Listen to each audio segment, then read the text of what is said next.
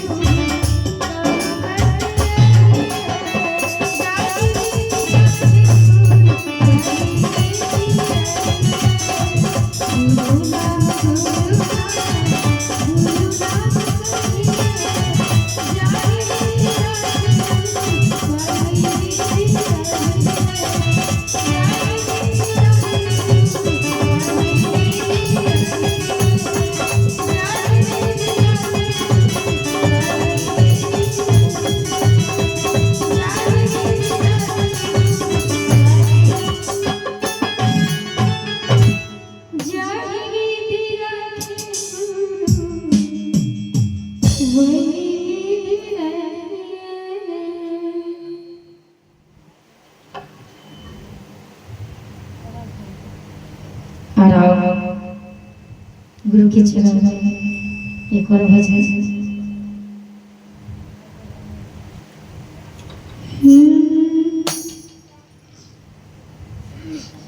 मेरो मन में है मेरो तन में गुरु, मेरो जीवन में गुरु जी समाए, मेरो जीवन में गुरु जी समाए। देखो कैसे है गुरु जी,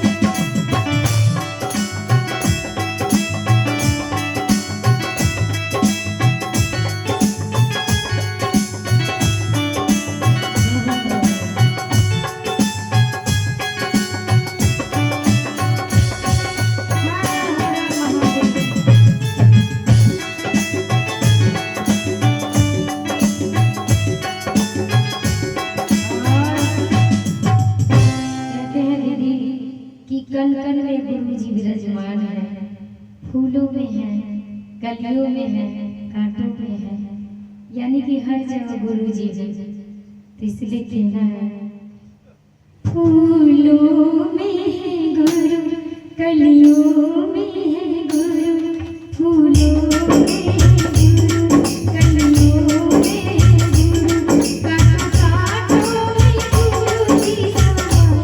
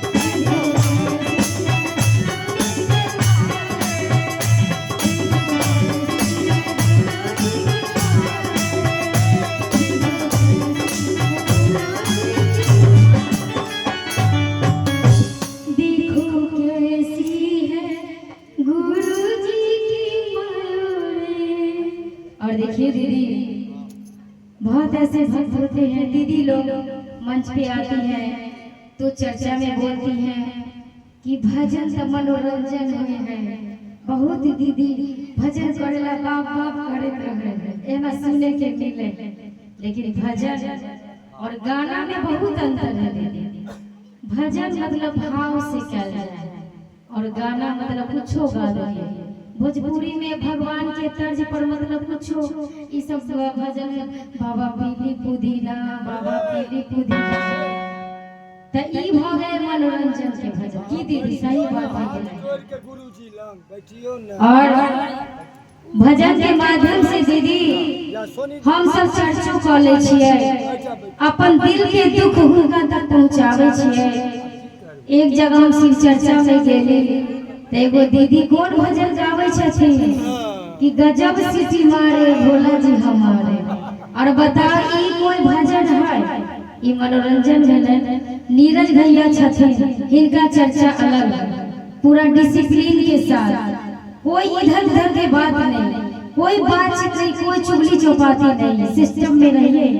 सत्संग है ये, शिव चर्चा है दीदी तो सत्संग ही तो है। तो मंच संचालक भैया के तरह हमारी एक दीदी थी, ओहे उकसावे छथिन, हैये दीदी ई भजन गइयो न गजब सीटी मारे भोला जी हमारे।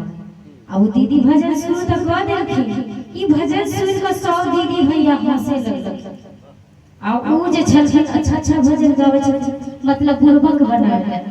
आप कैसे गुरु हैं जो नीच दिखाने के चक्कर में गलत रास्ता दिखा रहे हैं, गलत ज्ञान दे रहे हैं? आप कैसा शिष्य हैं? तब हम हमको बोले मुंह पे बोले, माइक पे बोले, हमको जो खराब लगता है हम बोलते थे कि दीदी इस तरह का भजन मत गाइए। इन्होंने आपको कहा, आपने गाया, ऐसा भजन कभी नहीं गाइएगा। भगवान जी सीटी मारेंगे तो आप लोग नजर आइएगा, हवा में उड़ जाइएगा, कहाँ जाके गिरिएगा पता नहीं चलेगा। तो आइए, इसीलिए सत्संग तो सत्संग है। और आइए चलते हैं पुनः भजन की ओर।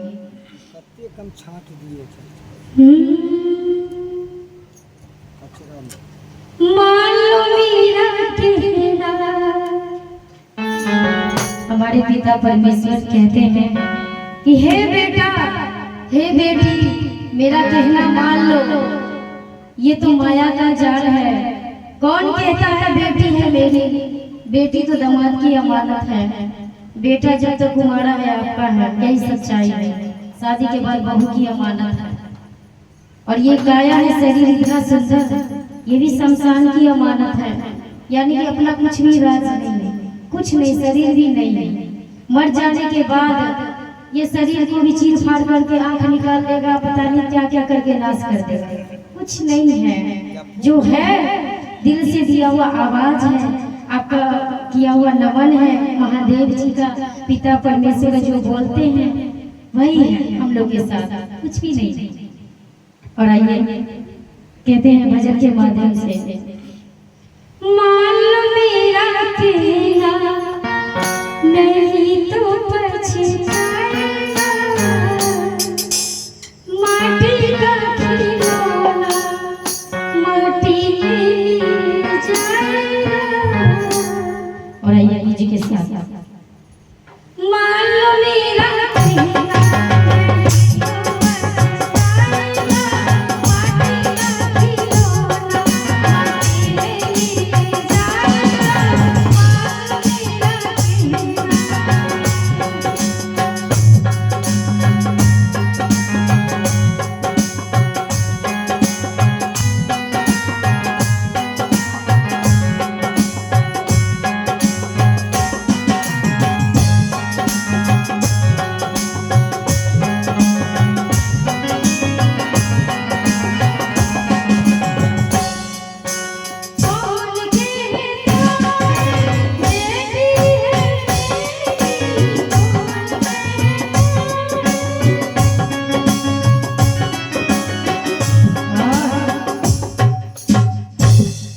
कहना बेटी है मेरी, बेटी को एक दिन जमाई ले जाएगा। कौन कहता है बेटी है मेरी, कौन कहता है